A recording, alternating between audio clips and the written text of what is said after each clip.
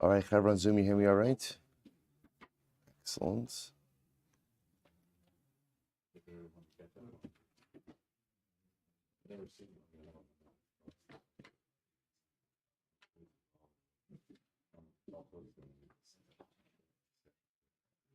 All right, Shabbos, say good morning. Good morning. Let us begin by thanking all of our sponsors. To thank our Talmud Torah sponsors for the month of Adar, Stephen Terry Zinn, for dedicating all of his Sherman Drushos this month, in loving memory of Terry's father, Dr. Harry Khan, Hirsch Ben Yosef HaKohen, on the occasion of his 10th yahrzeit. To thank Paul and Kathy Pollack for dedicating all of the Sherman Drushos this month in memory of Paul's grandfather, Zechariah Ben Zechariah, and grandmother, Dina Bas Dov.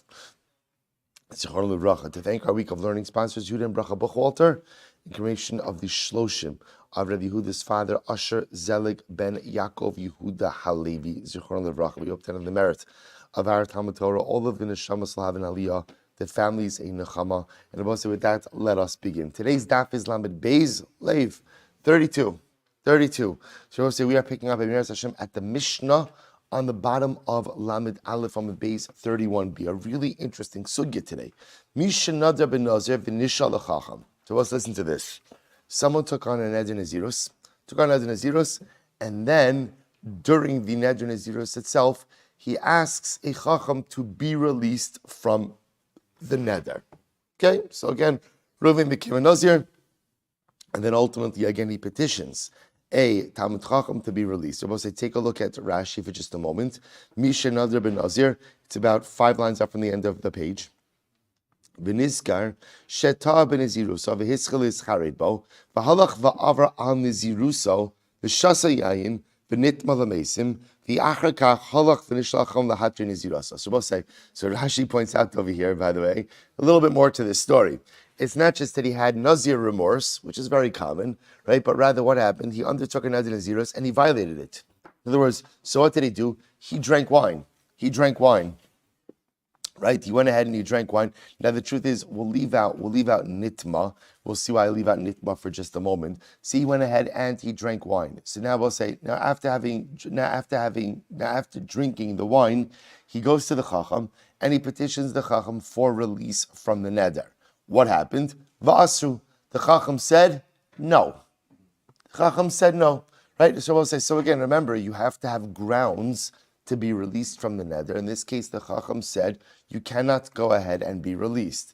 So we'll say, so now, and something very interesting happened. Now, there's an important fact that I don't know that we've ever actually articulated in this Masechta, but it's important to do so. In general, right, a Nazir is not permitted to go out and drink wine, right, cut his hair, become Tamil Mesim. The only thing that requires him, that would stop his neder nazirus and require him to start all over again, is tumah. See, for example, if a Nazir has a glass of wine, that is usr. He has transgressed something, but that would not require him to restart his neder nazirus. It's only tumah, exposure to tumah, that requires him to restart. That's why, again, Rashi brings down tumah, but the truth is it's not really the case. So over here, he's drinking, right? So he decides to go ahead and start drinking. He drinks for a couple of days, and then what ends up happening? Then he petitions the Chacham to be released. It turns out that then the Chacham says no. So I will say, so what's the halacha? Mona misha shenadar. So I will say, what this sounds like over here is, what the Mishnah is saying is, he counts his neder nazirus from when? From the time that he made the vow. In other words, that the count continues. So for argument's sake, he made a neder nazirus on Rosh Chodesh Adar, and then he goes ahead and what? So let's say on Gimel Adar, he drinks wine for 3 days. He goes to the Chacham a week later, wants to be released. So Chacham says no. So I will say, what's the duration of his neder nazirus? Rosh Chodesh Adar to Rosh Chodesh Nisan. In other words, the count continues. Nishal the Chacham ve'tiro. So we'll say that's case 1. Now, by the way, if you take a look, fine. Yeah, take a look at Rashi just a moment. Mona Naziruso Mishashan Adar. Kilomar Osin Yomim Shel Zilzal ben Naziruso. The days, I will say that the days in which he was mezalzel, the days in which literally again he disparaged his Nazirus, meaning the days that he violated the Nazirus, the Rashi says over here, Ola Leminyan Shloshim, im osan shenishtayru lo misha asru. Vein sarach limnos iser b'minyan ayam shezilzlo b'niziruso ela olin lo lashnamas nazir. So Rabbi say the interesting halacha the Mishnah is teaching me is that even the days that he violated his neder nazirus count towards the tally of the nazirus. So that's the chiddush over here. Even the days in which he was in violation of his neder nazirus, i.e. the days that he was drinking wine, count towards the final tally of days. Good. Well, we'll clarify that in the Gemara, qualify that in the Gemara. That's case one. Nishra l'chacham ve'tiru. So we'll say case two, same thing. Reuven became a Nazir, but this time he goes to the Chacham to be released from the Neder. And what does the Chacham say? Okay, the Chacham releases him. And what happened? The Nazir himself had, right? Reuven had an animal set aside for a carbon. What's the halacha? Teitze betira be'eder. So we've seen this already before. So halacha l'maisa, if you have an animal set aside, right, for a particular carbon, but then you have your neder annulled, right? You have your neder annulled. What's the halacha? The hektish status of the animal evaporates, and the animal goes back out and rejoins the rest of the flock. Amru Beis Hillel Beis Shammai. We actually quoted this before. Beis Hillel said to Beis Shammai, "Iya temodim bazeh shu hektish tos sheteitze v'tira be'eder." So remember again. So Beis Hillel used this to Beis Shammai as a proof against Beis Shammai, right? Beis Shammai said hektish b'tos havi hektish. We saw in yesterday's daf, even though we don't paskin that way, halacha l'maisa, we do paskin that way, hashkafa l'maisa. We saw the beautiful Lublina Rav. So Beis Hillel says to Beis Shammai, isn't this a proof that you see from here the fact that after Reuven is released from his neder nazirus, that his animal goes back out to pasture? What does that show you? That shows you that hektish pitos is not hektish. Beis Shammai says, Iya temod, listen to this. Do you not agree with the following case? So I'll say, totally switching gears. B'mishata v'kar l'tishi asiri, ula asiri tishi, ula chadasar asiri, shehu mekudosh. So we'll say, Beis back to Hillel. Beis Hillel, what about the following case? We'll say, Ma'aser Behema. What's Ma'aser Behema? You have a flock of animals. The 10th animal ultimately, again, is considered to be hektish. So we'll say, imagine the following scenario. What happens if halacha l'maisa, you accidentally call the 9th animal 10, or you call the 11th animal 10, or you call the 10th animal 9, or 11 for that matter. So Rabbi will say, interesting, what's halacha? All of these animals are consecrated, right? All these animals are consecrated. So I'll say, so Beis Hillel is trying to show Beis Shammai, remember, in case number 2 in the Mishnah, Reuven became a Nazir. During his Nazirus, he set aside an animal for his carbon. He then goes to the Chacham annuls his neder. What happens to the animal? No hagdish, it's not kodesh, goes right back out and rejoins its chevra in the flock. So Beis Hillel says to Beis Shammai, what do you see from here? That hektish bitos lo havi hektish, that a mistaken hektish is not hektish. Beis Shammai says, Beis Hillel, calm down. What do you do about the following case? What about a case of Ma'aser Behema, where again it's the 10th animal that's kodesh, but the farmer made a mistake, and what did he do? He called number 9 10, or he called number 11 10, or he called number 9, right? Number 10 9 or 11. They will say, what's the halach in all of these cases? The animals are kodesh. So the Gemara says, Amr lahem Beis Hillel Beis Shammai, lo ashevet kidsho. So Beis Hillel says, Beis Shammai, that's not a fair statement. The staff ultimately, again, has consecrated the animal. I will say, we're going to see what this means. But remember, on a physical level, again, I will say, how do you create Ma'aser Behema? Right? Remember, again, they would take the little staff, the little paintbrush, and smear a little bit of red paint on the animal, designating it as the Kodesh animal. So Beis Hillel says, essentially, the Beis Shammai, the animal has been designated ultimately as Ma'aser Behema. Uma ilu ta'a v'yaniach es hashevet ala shmini v'ala shnei masar.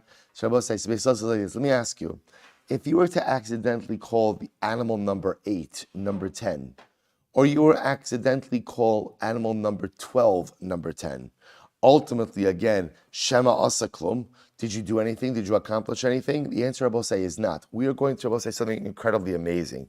There is a unique halacha by Ma'aser Behema that says animal 10 is Kodesh, and animal 9 if it's called 10, or 11 if it's called 10, or 10 if it's misidentified, right, as 9 or 11, it's Kodesh. In other words, they're both saying a little bit simpler, there's a special halacha by Meiser Behema that if you mess up with the animal in direct proximity to 10, i.e. either 9 or 11, they can become Kodesh.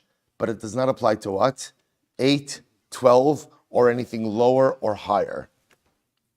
The Gemara says, "Ela kasav shekidesh hasiri hu kidesh atashi v'esachal asar." So we'll say, Beis Hillel says to Beis Shammai, you're not bringing up a fair point because, as we're going to see, halacha lemaisa, this is a unique halacha by Meiser Behema that says that what? That animals 9 and 11 have the ability to be consecrated like animal 10. Good. So I'll say, let's analyze the Gemara. Let's analyze the Mishnah. Says the Mishnah. Says the Gemara. Mani masnisin. I will say whose opinion is reflected from in the Mishnah. I will say now, specifically, we're going back to case number 1. What was case number 1? Reuven becomes a Nazir. What happens? Reuven has Nazir remorse. As a result, what does he do with his Nazir remorse? He acts out and he goes drinking, right? And he drinks wine. And let's say again, he ends up drinking wine for 3 days. So we'll say, what did the Mishnah say? The Mishnah said that halacha l'maisa, those 3 days still count for Reuven's neder nazirus, right? And again, essentially, the duration of his nazirus remains unchanged. So we'll say, whose opinion is our Mishnah? Lo Rabbi Yossi v'lo Rabbanon. I will say it's not Rabbi Yossi nor is it Rabbanon. Why not? Here we go. Disanya mishana dava avra al naziruso. If someone went ahead and made a neder nazirus and then was in violation of his nazirus, so we'll say.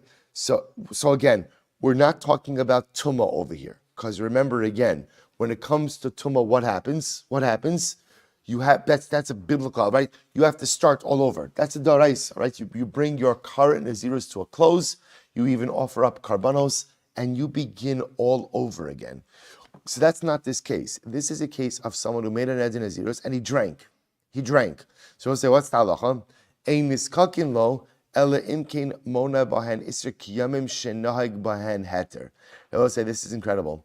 We will not help him. In other words, let's say now he comes along and he says, you know what? I would like to get out of my neder nazirus. So you know what we tell him? We are not having a conversation with you until what? Until you make up the days you messed up. I will say this is incredible. So in other words, we can have a conversation about getting out of your nazirus, but only when? Only when you first observe the days in which you flagrantly violated your neder nazirus. When you make up those days, we can talk.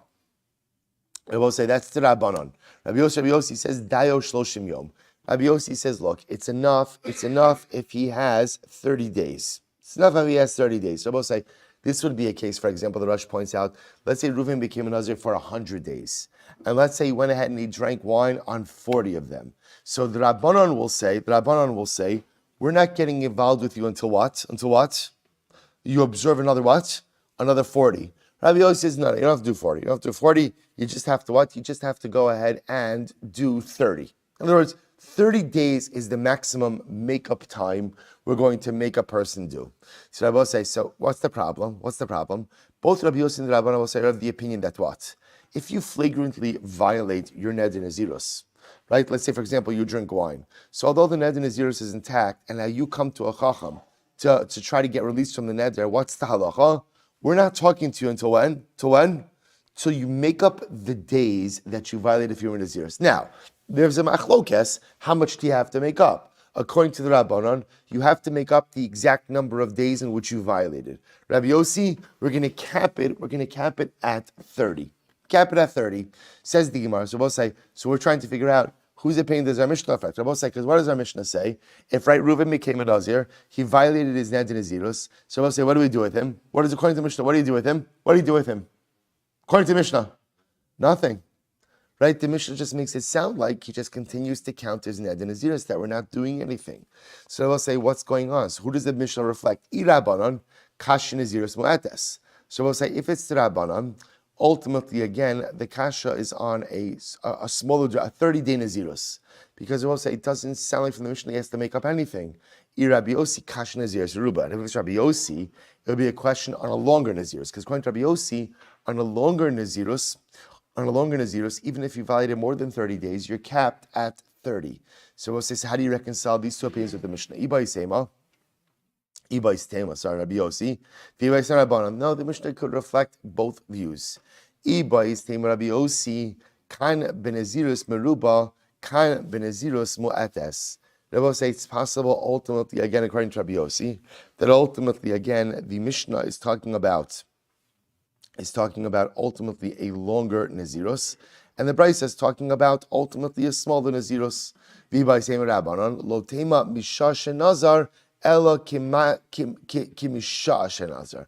And according to Rabbanon, ultimately, again, don't say it's from the time that he took the Neder Nazirus, rather, like from the time that he took the Neder Nazirus, i.e., did he have to repeat the amount of time that he actually violated. So therefore, I will say, what the Gemara wants to suggest is that the Mishnah indeed accepts this principle. What's the principle? That when you violate your Neder Nazirus, I will say, what do you have to do?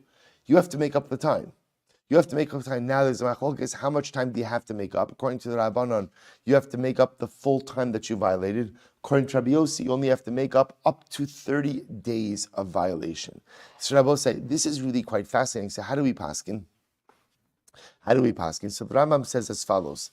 The Rambam says, this is in Parak Dalid Halacha Yud Gimel. Mi shenadar ben Nazir. So I will say the way the Rambam frames this case is that halacha l'maaseh, guy became a Nazir. The dima she'eno neder v'hayanoik heter benidra v'shasa yain. And in his mind, the neder shouldn't be binding, and therefore he was drinking wine. Right, so remember again, this was the guy who felt, so the way the Rambam frames the case is that Reuven became a Nazir, and then Reuven in his own mind felt that he shouldn't be bound by this neder. So what does he do? He starts drinking wine. Then afterwards he goes to a chacham to go ahead and get released, and what does the chacham say to him? No, you're bound. So we'll say, what's the halacha? Hare ze mona mishash another. And Rabbi say, look what the Rambam does. Midda oraisa, Rabbi say. Midda oraisa, as long as you were not metame lemesim, what happens with the clock on your neder nazirus? Midda oraisa, it keeps running. So drinking during nazirus will not stop the clock, will not require you to start over. All drinking does is you're in violation. As you've committed an avera, but l'maisa the clock continues. Now watch the Rambam. So umidivrei sofrim sheyinok iser kiyamim shenag bahen heter. The Rambam says midrabanon. How do we paskin? Midrabanon we say you have to reobserve. You have to make up the days. You have to make up the days that you violated. So we'll say how many days? Like the Rabbanon, as many days as you violated. So we'll say, so this is the halacha l'maisa. So midda araisa, as long as you're not becoming tameh, ultimately, again, the clock on your neder nazirus does not stop because of violation. It keeps going. Midrabanon, we say, you have to make up the days in which you violated. So therefore, again, Reuven drank for 40 days. He's got to go ahead and make up 40 days of that nazirus. Midrabanon. Quite fascinating. Rabbi say, let's go weiter. Says the Gemara, Nisha Achacham v'tirua. So let's remember again, case number two was Reuven became a Nazir. Remember again, after he became a Nazir, what did he do? He set aside his carbon, right? He set aside his carbon. Then he goes to the Chacham. He's released from the neder. So Rabbi say, what's the halacha? What do you do with the carbon? It goes back out to pasture. All right, so Beis Hillel will say this is a case of hektish betos, and hektish betos is not hektish. So it says the Gemara, Amar Rabbi Yirmiyah, midibei Shammai, Amar Rabbi Yirmiyah, midibei Shammai, nishma l'debei Hillel, lav Amri Beis Shammai hektish betos have a hektish. So I will say, from Beis Shammai's statement, and from Beis Hillel's subsequent statement back to Beis Shammai, it sounds that what? That Beis Shammai holds hektish betos is have a hektish. I will say again, and this goes back to yesterday's circuit. We kind of already established this in Beis Shammai, that Beis Shammai holds this way. To which the Gemara says, Kevan diglai milsa, the lav shapir nazir, teitse v'tira be'eder. Therefore, we'll say, since it turns out that in fact what? That in fact, Reuven's neder nazirus was not a real neder. In other words, it was annulled. Therefore, what? Therefore, the animal could go back out to pasture. To which the Gemara says, so the lav shapir nazir teitse v'tira be'eder lebeis Hillel nami Afagav da amri tmura betos havi tmura. Rabbi said, remember again, we saw this in yesterday's daf, right? Beis Hillel holds that what? Beis Hillel holds that tmura betos. Remember again this case from yesterday? What's tmura betos? Rabbi said, tmura betos is a case of I have in mind to swap out my ola for another ola, but instead I end up doing it for shlamim. That's the case of tmura betos. And Rabbi say ultimately again, tmura betos, everyone agrees what? Works. Hani mili, heicha di isei le'ikar hekdish. Rabbi say, why does tmura betos work? Because ultimately, the original source of the kedusha is still intact. Aval hacha, demis aker ikar hekdish is aker nami tmura. So I just want to point out, Beis Hillel makes a very interesting distinction over here. Even in general, if you want to hold hektish b'taos works. I will say, when does hektish b'taos work? When the source kedusha is intact.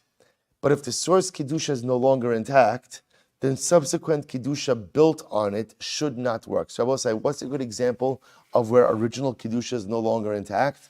The case of the Mishnah. Reuven becomes a Nazir, designates an animal ultimately as a karban. I will say, and then what happens? He has hataras nadarim. Right? The Chacham is matir his neder. I'll say, what happens when the Chacham is matir his neder? What happens? There's no neder nazirus. What happens when there's no neder nazirus? What happens? There's no karban nazirus, which means that the original kedusha itself no longer exists. So we'll say, basically, I'll just make an interesting point over here, that the reason why timura b'taos could work is why? Because the original kedusha of the source animal is still intact. Over here, there is no original kedusha that is intact. Okay, so we'll say again. We saw this in yesterday's daf. We already know that. How do we paskin?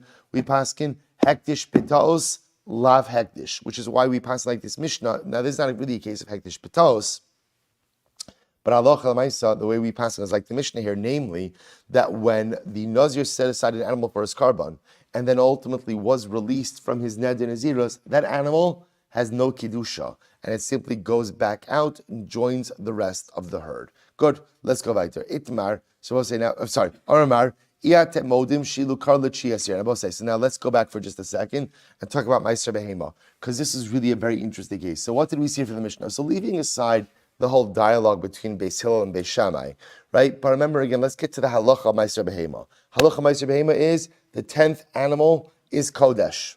10th animal is Kodesh. An interesting halacha that says, if you accidentally call the 9th the 10th, or the 11th the 10th, then what I will say? They're Kodesh.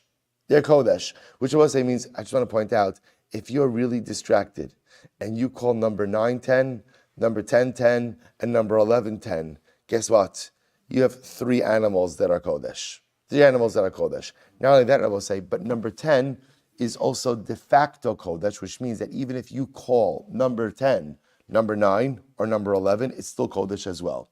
Right? So I will say, but this only applies to the animals before and after 10. So in other words, the only animals this can impact are animals 9, 10, 11. 8 and below, if you mess up, it doesn't matter. 12 and above, if you mess up, it doesn't matter. So let's see this inside. Says the Gemara, Itmar, Meiser, Rav Nachman Amar Ta'uso v'lo Kavanaso. Shabbos is very interesting. When it comes to Meiser Behema, Shabbos say the only time that ultimately, again, a mistaken designation could take effect is only that, if it's a mistake, but not kavanah. Say, if you look at the rush for just a moment, in the wide lines, rush is the bottom left-hand side of the page. If you look in the wide lines, 5 lines in, ta'uso v'lo kavanaso, im haya yodea shaya tishi'i v'karo asiri lo kodesh. They will say, watch this. What happens if you purposely call number 9, 10? You purposely did it. So Rav Nachman says, 9 does not become kodesh. The only time that 9 becomes Kodesh is when Rabbi say Tos, if it's a mistake. Right? So, and we'll see. It's based on the Xeris. So only if it's a mistake. But if you intentionally call 9, 10, or for that matter, you intentionally call 11, 10, that does not make it Kodesh. Rav Chisda v'Rab bar Rav Huna Amri Ta'uso v'choshkin kavanaso. Rav Chisda and Rav bar Rav Huna say no. So mistake and certainly bekavana. What I was about to say, if a mistaken designation works to make 9, 10, or 11, 10, certainly what? Kavana, certainly an intentional misdesignation will also go ahead and make it Kodesh. So Rava said to Rav Nachman, Lididach to Amrita Usavalo Kavanaso. So according to Rav Nachman, who holds that Allah Lamaisa, it's only a mistaken designation that gives 9 Kedusha, but an intentional one will not. So ultimately, again, the Ka'amri Beishamai LeBeis Hillel, that which Beis Shammai said to Beis Hillel in the Mishnah, Iya temodim shilu karla tishi asiri ula asiri tishi ula achadasar asiri sheshlashtan mikudashin. So remember again, Beis Shammai said to Beis Hillel, don't you agree? Remember again, Beis Shammai was trying to make a point about hektish betos. Right? So Beis Shammai says to Beis Hillel, don't you agree that if you call 9, 10, 10, 10, and 11, 10, that all three of them are kodesh? Vishtiku Beis Hillel, and Beis Hillel was quiet. Why didn't Beis Hillel say lemru lahon? Right? Remember again, I both say Beis Shammai shoots this back at Beis Hillel in an effort to what? To show Beis Hillel that in fact hektish betos works. Why can't Beis Hillel fire back and say what? No, Beis Shammai, that's not a good raya, because the raya is this only works when betos. This only works if it's a mistake. It will not work bekavana. I will say, so why didn't Beis Hillel say that back? The reason why Beis Hillel didn't say this is because the kavachomer. It's kavachomer. What's the kavachomer?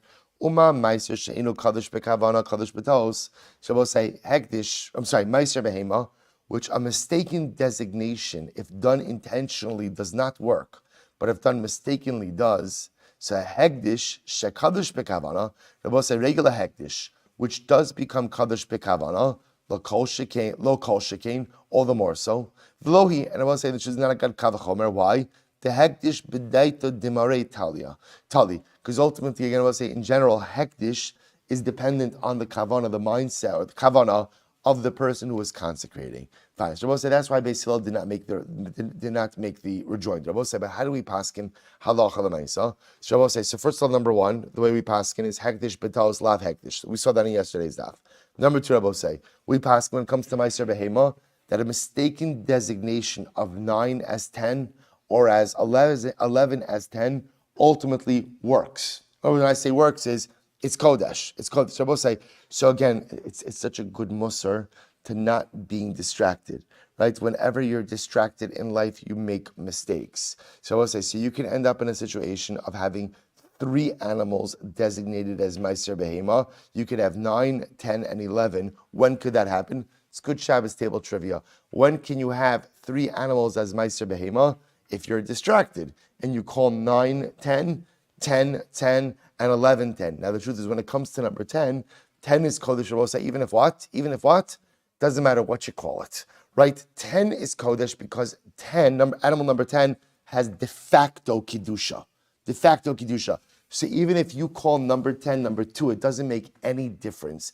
10 has de facto Kiddusha. Which I will say, if you think about it, by the way, well, okay, we'll go on that in just a moment. And I will say, the Rambam Paskin is like Rav Chisda, that Allah Kalamaisa, whether you're making these mistaken designations accidentally or intentionally, halacha l'maisa, the kedusha is binding.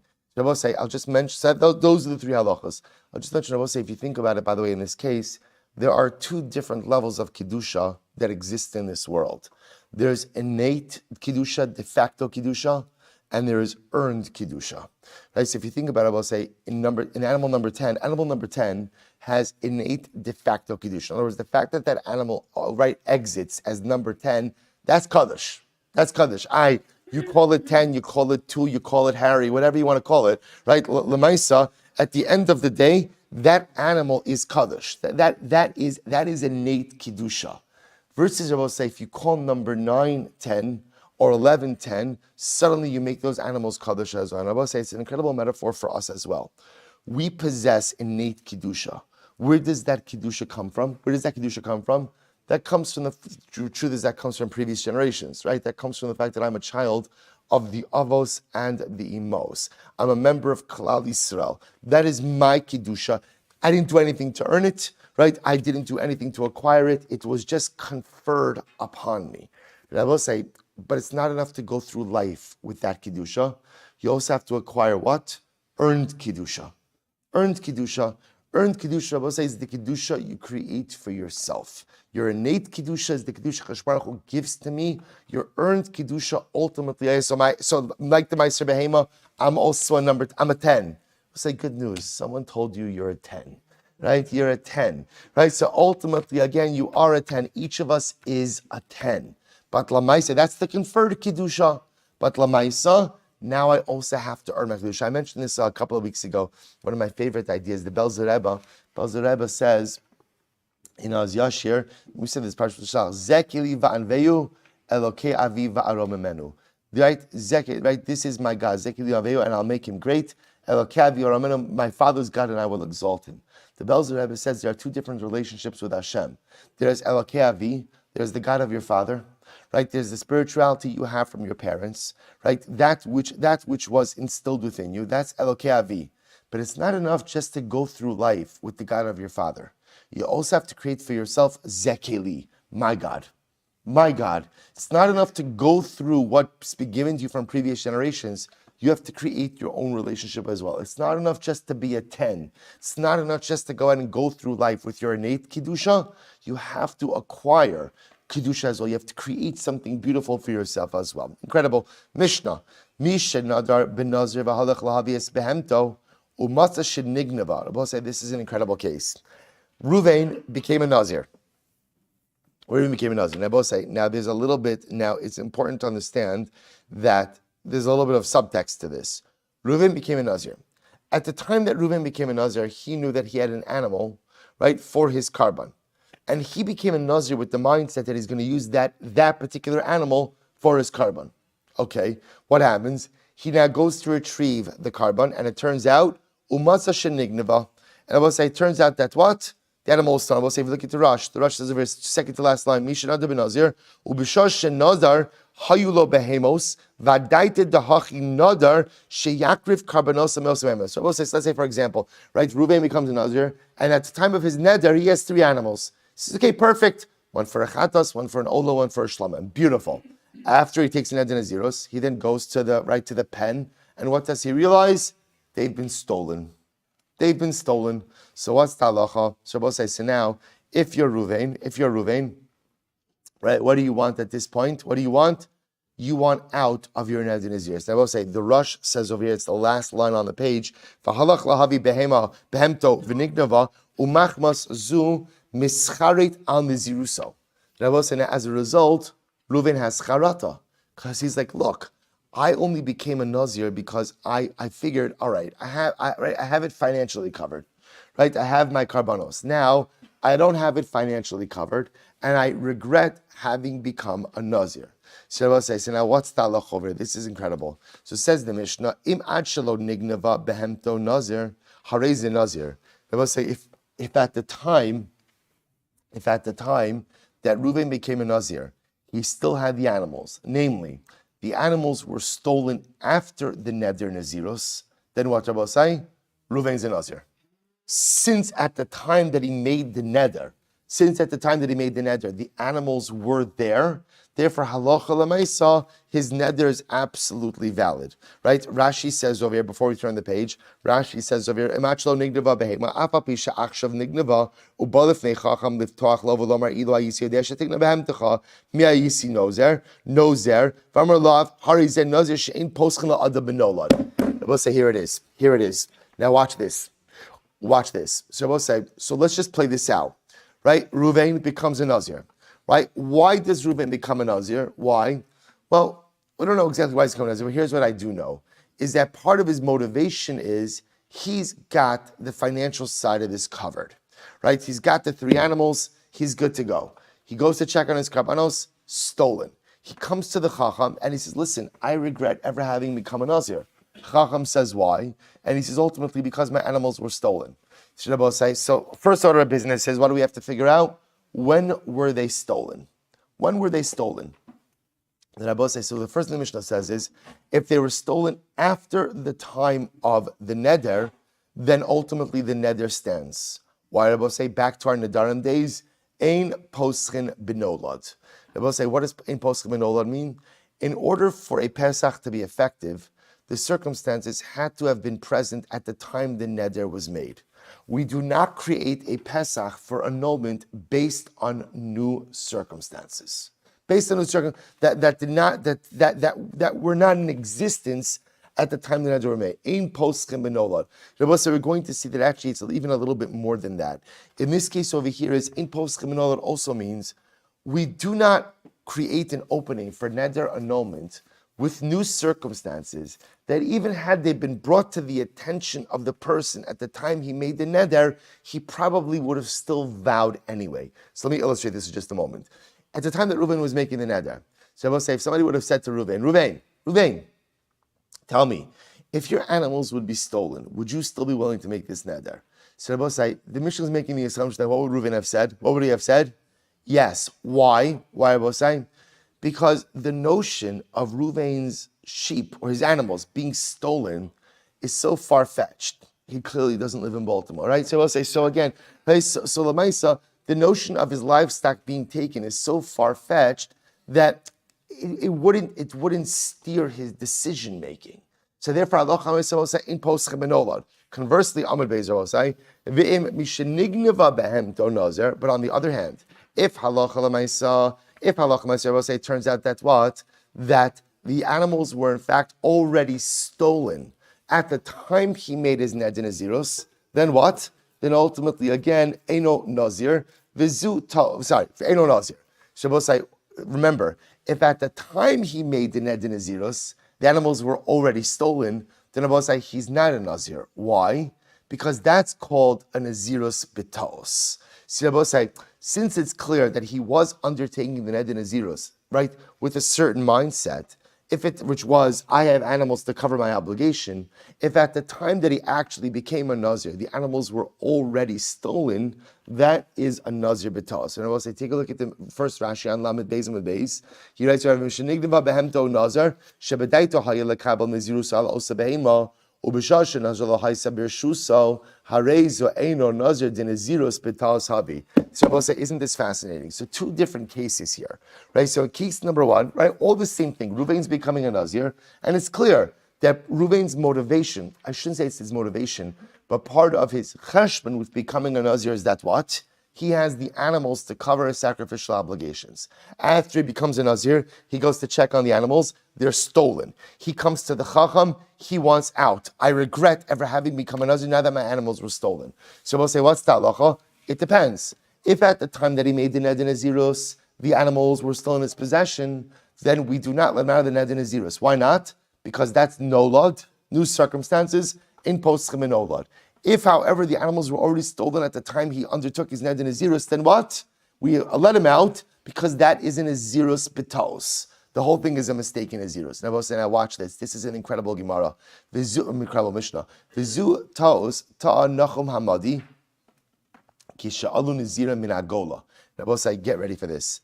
This mistake, by the way, was made by Nachum Hamadi. Now, both say, who was Nachum Hamadi? He was a great Talmud Chacham. That what happened was there were Nazirim who came up from the diaspora. Umatsu Beis Hamikdash Charav. Now, both say they found this. Rashi points out this is Second Temple era. So, both say, listen to this story. There are a group of Nazirim who came from the diaspora. Why did they come? They came to the Beis Hamikdash in order to offer up their karbanos. Rabbi say they show up at the Beis Hamikdash, and what do they see? It's been destroyed. Rabbi say, can you imagine that? You see, for us, the fact that the Beis Hamikdash is destroyed, okay, it's been seared into our consciousness for 2,000 years. Imagine being a yid like that, where you're coming to the Beis Hamikdash to offer up your karbanos, you show up and you see that your beautiful Beis Hamikdash has been destroyed. So Amar lahem Nachamadi said to them, Ilu hayisem yodin shebeis Hamikdash charav. Hayisem Nozrim. Shabbos say, so Nachamadi said to him, he said, tell me, had you known that the Beis Hamikdash was destroyed, would you have become a Nazir? Amru lo. They said to him, of course not. V'tiron Nacham Hamadi. And Nachamadi permitted them based on this mindset. And I will say, now remember again, what do Nachamadi do? This is no lud, right? right. So this is new circumstances that came to light, and ultimately Nachum Hamadi allowed them to be released from their neder because of nolad. But when the matter came before the Chachamim, Amru, Kol Nazir Ad Shelochara Beis Hamikdash Nazir, or Mishachara Beis Hamikdash Eno Nazir. When this became before Nachum Hamadi, so ultimately again, when this came before the Rabbanan said, Nachum Hamadi, you're wrong. If at the time they made the Neder Nazirus, ultimately what? The Beis Hamikdash was standing, then Halacha L'Maisa, it's a valid karban. Because otherwise that would be poskim and nolad. If on the other hand, at the time they made the neder, the Beis Hamikdash was already destroyed, then einachinami, it's not a nazirus. Why? Why? That's nazirus betos. Says the Gemara, Amar Rabba, shitafu Rabbanan Rabbi Eliezer v'okmim b'shita sayu. I will say ultimately again the Rabbanan overtook Rabbi Eliezer, and ultimately again won him over to their side. I will say Rabbi Eliezer is the opinion that says poschin benolad, right? He allows you to create a Pesach for neder annulment, even with new information that did not exist at the time of the neder. Rabbi said the Gemara is suggesting now that Rabbi Eliezer ultimately again went over to the side of the Rabbanon and said that nolad doesn't work. This nan, because we learned poschin benolad, you could create a Pesach with Rabbi Eliezer, but the Chum say you cannot. Va'amarava afagav the Amar Rabbanon in poschin benolad. Ava poschin bitnai nolad. So what's very interesting? The Rabbanan said, even though we say that you cannot go ahead and open up with nolad, what can you do? You can go ahead and open with Tanai nolad. And I will say, what's Tanai nolad? So I'll say, if you take a look, actually, let's first read the Gemara. Listen to this. Hey, Chidami, what's the case of Tanai nolad? So the Gemara says, Amri lahon, ilu ase inish, va'amr lachon, the charav beis hamikdash, mi hava nidrisun. Shabbos said, listen to this.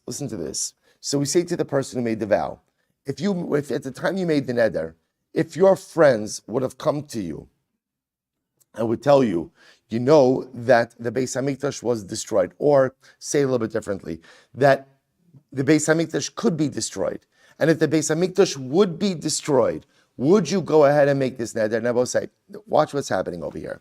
You see, the case of Nolad says like this, that even Nolad says new circumstances come, and we're confident that even if what?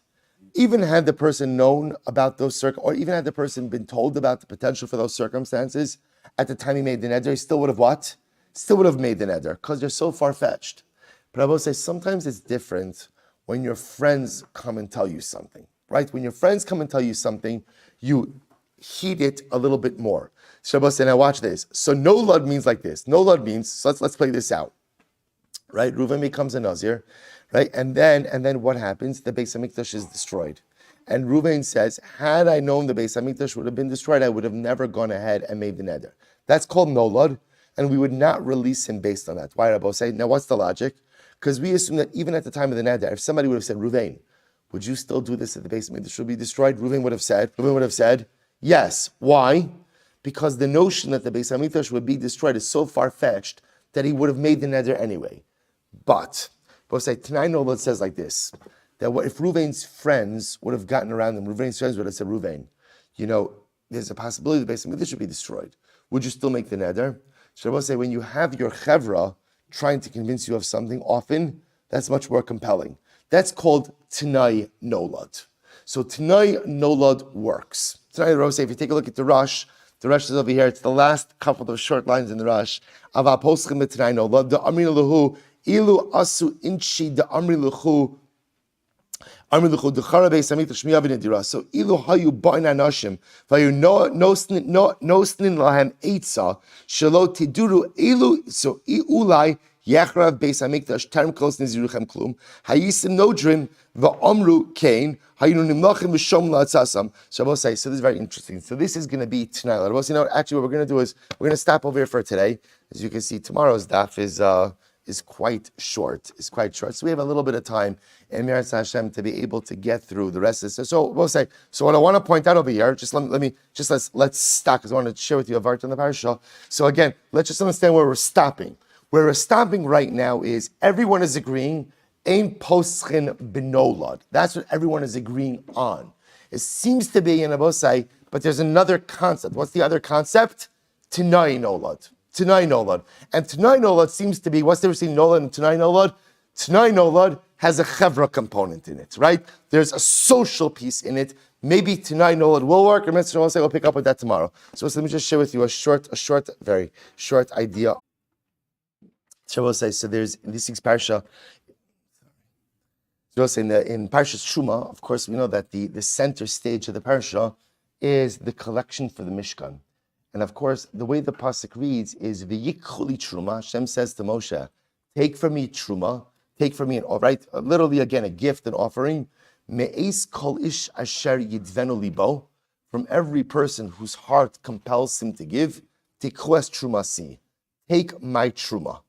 Take my Truma. That's the pasuk. And I will say, when you look at this pasuk, when you look at this phrase, Me'es kol ish asher yidvenu libo. From every person whose heart compels him to give, the way the Mefarshim understand this is what HaKadosh Baruch Hu is saying. I want this collection to be a different kind of collection. So I will say people give for all kinds of reasons. For this collection, I want it to be that if someone's giving, why are they giving? Why are they giving? Why? Because they want to give. They want to give. Me'ez kol ish asher yidvenu libo. I want it to be that a person is giving ultimately, again, because mamish, their heart compels them to give. They want to be part of this process. They want to give. The Baal Shem Tov HaKadosh Rebbe say sees in this pasuk a dramatically different message as well. Listen to the words of the Rebbe. He says, Me'ez kolish. Look what he says. HaKadosh Baruch Hu says, I want you to take from every person. Me'ez kolish. Says the Rebbe, what if a person doesn't have what to give? Now, again, the generation that left Mitzrayim, this wasn't the case because everyone had enormous wealth. But the Rebbe says in general, remember again, I will say, this model of the collection for the Mishkan, I will say, is a model for all future generations, right? It's not just a one-time thing. Why does the Torah Kedusha go into such specificity regarding the Mishkan? Because it creates a paradigm for us in so many ways, and as such, it's a paradigm for giving as well. That when I give, I shouldn't give reluctantly, right? When I give, I shouldn't give begrudgingly. That I should give with nedivos lev, with a sense of generosity of spirit. I want to give. But says the Rebbe, what happens if a person wants to give but can't give? It happens, right? I want to give so badly, I want to participate, but maybe I don't have the means. Maybe I don't have the wherewithal. Maybe I don't have the wealth. So what do I do? Or I'll say, what does the Rebbe say? Such a pashut pshat. The Rebbe says, it's no problem. Me'is kolish, even if a person doesn't have, what can you give? Eis asher yidvenu libo. I will say, what can you give? You can give your heart. You can give your heart. What does it mean to give your heart, says the Rebbe? As teshukaso ha'aza leishtatef b'mitzvah tikchu me'ito. I will say, sometimes if you don't have the resources to give, what you can give is your will. What you can give is your heart. What you can give is your desire to give. So I will say, sometimes in life we are precluded from doing certain things. But even when you're precluded physically, from, in this case, giving, from participating in a mitzvah, you're not shut off from HaKadosh Baruch Hu because there's another powerful force. And that's the force of one's ratzon, of one's want. What do you want? Sometimes a person wants so badly to give something, wants so badly to participate, but I am prevented from doing so because of a variety of reasons. So we think that if you cannot deliver actionally, then you're not doing anything. But it's not true. See, HaKadosh Baruch Hu is the bochin levavos. HaKadosh Baruch Hu sees what's in the heart of man. And HaKadosh Baruch Hu sees that sometimes, for whatever the reason, actionally, I cannot participate. Either because in this case I don't have the means, or sometimes just I'm held back, or sometimes for whatever the reason, I just can't get myself together, and therefore I can't participate actionally. I want to give. So what happens in that moment? The Rebbe says, Baal Shem Tov says, HaKadosh Baruch Hu sees what your ratzon is. What's your will? What are your she'ifos? What are your desires? What are your aspirations? Eis asher yidvenu libo. Sometimes giving your heart and giving your will to HaKadosh Baruch Hu is just as impactful as anything physically that you could do or anything physically that you could perform. Let's say sometimes in life we are precluded from doing the things we want to do. Sometimes we're even precluded from being the people we want to be. In those moments, just know, even if you can't deliver actionally, you could always give HaKadosh Baruch Hu your heart. You could always say, Ribono Shel Olam, I can't deliver actionally right now, but you see in my heart, you see what I want. You see what I want to do. You see what I want to be.